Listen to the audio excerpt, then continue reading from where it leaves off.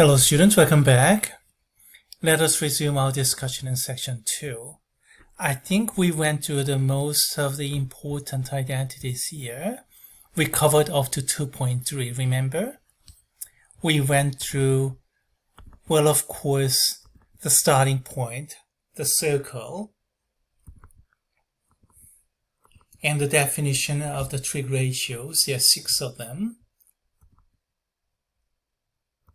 And the reciprocal identities directly from the definition, yeah. And quotient identities, first one is extremely important, formula number 2 in terms of level of importance. Second one is its variation, as a matter of fact. Pythagorean identities, this is formula number 1. The first one is extremely important. The other 2 are important too, but they're actually variations of the first, as a matter of fact.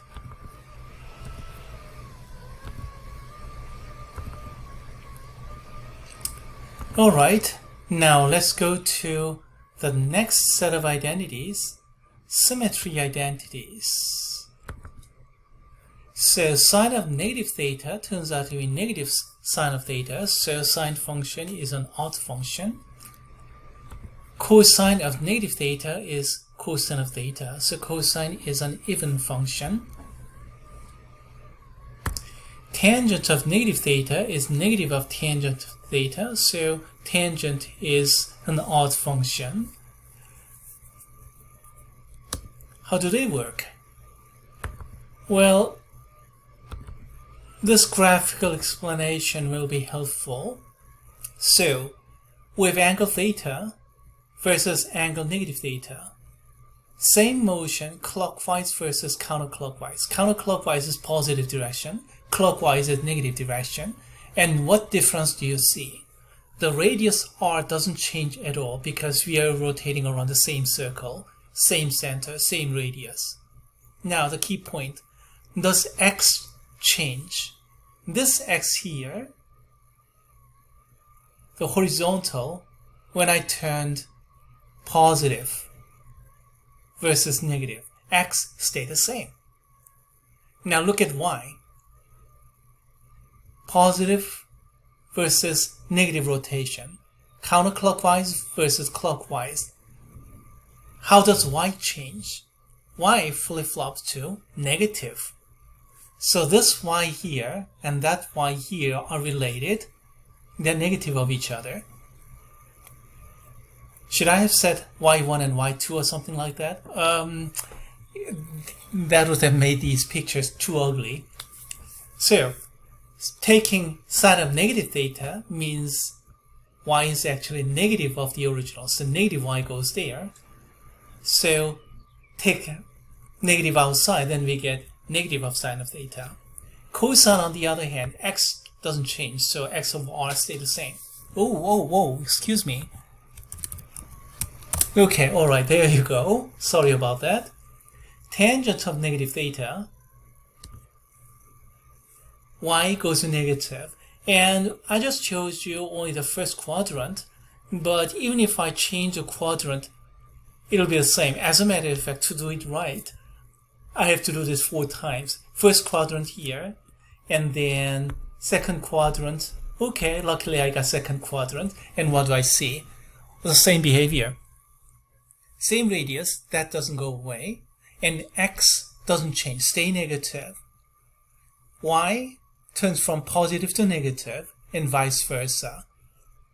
See that? And then you can work out the same way, third quadrant, fourth quadrant. So in the end, yeah, that's what we get. That's the symmetry identities in action. Next, rotation identities. What do you mean by that? Rotate a little bit further. Let's see. Sine of theta plus pi over 2. So 90 degrees more, then we get cosine. Cosine plus pi over 2, 90 degrees more, then you get negative sine. Tangent plus pi over 2, 90 degrees more, then I get negative cotangent, and so on. So sine of theta, 90 degrees less, minus pi over 2, so negative cosine. Cosine of theta, 90 degrees less, minus pi over 2, then we have sine, and so on and so forth. Really hard to follow, aren't they?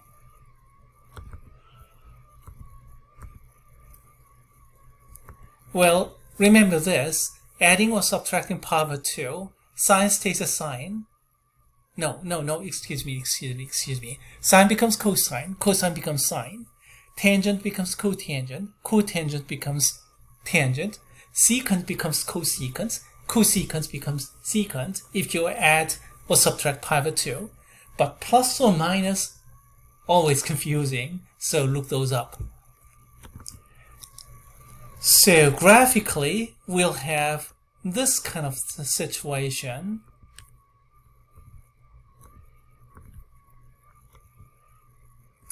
So let's see, from here, 90 degrees more, so we get this. So you see, this right triangle will go to this dotted, but this dotted right triangle is not correctly placed. So, we adjust the triangle so that the x-axis, right angle goes to the x-axis. Alright? As far as the important part, this point x comma y and this radius is concerned, no change here. So basically this became that by taking 90 degrees more. So what changed? R stays at R. Radius doesn't go anywhere. And then x became y, and y coordinate became x. Do you see that? Vertical became horizontal, horizontal became vertical. And then as for the sine, okay, alright, in order to figure out the sine, I have to do this 4 times. It's the first quadrant to second quadrant, and another picture, second to the third quadrant, another picture, third quadrant to fourth quadrant, and I have to do it 4 times, but believe me, even if you do 4 times, you're gonna get the same result anyway. So x and y, x becoming this y but same sign, and this y becoming this x here but opposite sign. So sine of pi over 2 becomes cosine of theta, and from cosine adding pi over 2 we get negative sine of theta. This y became negative,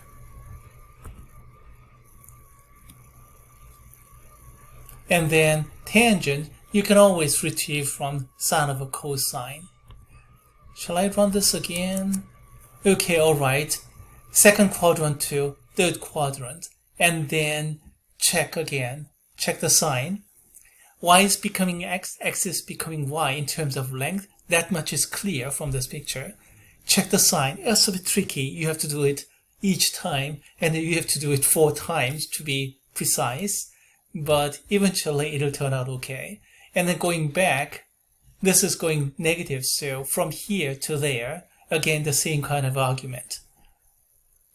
The further details are left to the students. Now, the next set of identities are a bit easier. Previously rotation by 90 degrees, but this time rotation by 180 degrees. So, plus or minus pi. In that case, sine stays as sine, cosine stays as cosine, tangent stays as tangent. Plus or minus, that can be always confusing. So, look those up. Sine becomes negative sine, cosine becomes negative cosine, and vice versa. Tangent just stays the same. Tangent function has periods, pi by the way, not 2 pi. That's the reason. And we're going to talk about those periodic behavior when we deal with trig functions in lesson 5. Let's see, here's a visualization. This versus pi minus of that, going backward here. And pi plus that, from here, turn more, same result. Here, pi minus of that, or pi plus, same result because, total rotation is 2 pi. So theta plus pi versus theta minus pi will not make any difference. Theta plus pi plus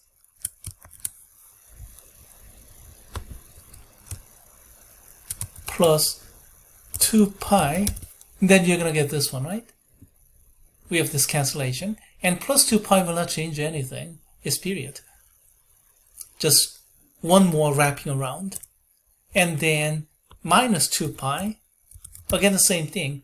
One more wrapping around, or one less wrapping around, or one more wrapping around clockwise. And if you calculate this, you're going to get minus pi, right? So theta plus pi or theta minus pi do not make difference. Sine, cosine, tangent, they're all the same. So if you remember just these, the other three immediately follow. And as for sine becomes negative sine, well, look at the picture. X and y, they both become negative. So x over r go to negative x over r, so cosine becomes negative cosine. Y over r go to negative y over r, so sine becomes negative.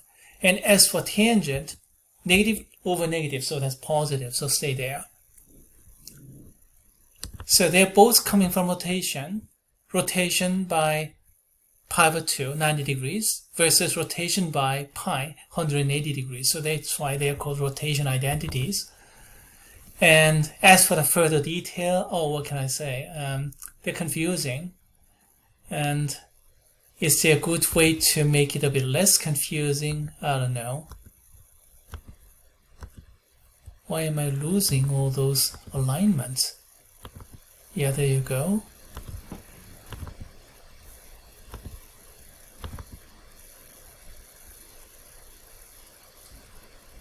Okay, all right.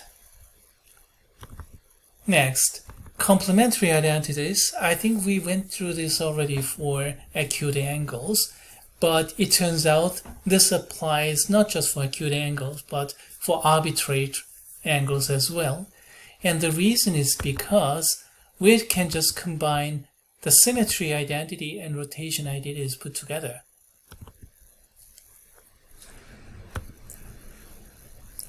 So rotation identity, sine of pi over 2 minus theta. So apply this. Then we have cosine of negative theta there. And then cosine of negative theta is cosine of theta, as we saw in the symmetry identity. So we can prove it like that. Cosine of pi over 2 minus theta, again the same deal. From negative theta, adding pi over 2. So adding pi over 2, we get negative sine. And then we apply the symmetry identity. So negative cancel, we get sine. So we can prove like this as well, if you want to, by the way. Most of the students, oh come on, they're too tedious. So just remember, you're doing this with respect to pi over 2. So sine becomes cosine, cosine becomes sine. Tangent becomes cotangent, cotangent becomes tangent. Secant becomes cosecant, cosecant becomes secant. Yeah, that's what pi over 2 does. And as for pluses and minuses, just look up all the time.